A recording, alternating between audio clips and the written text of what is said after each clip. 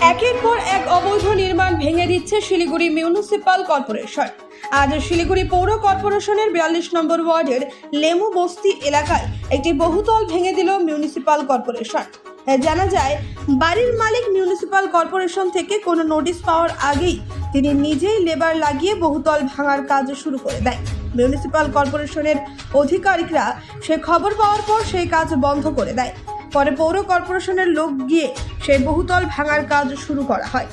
আরও জানা যায়, সেই বাড়ির মালিক কোনো রকম প্ল্যান পাস ছাড়াই সেই বহুতল তৈরি করেছিলেন। তবে সেই বহুতলটি অবৈধভাবে তৈরি করার জন্য মিউনিসিপাল কর্পোরেশন ভেঙে গুড়িয়ে দেয়।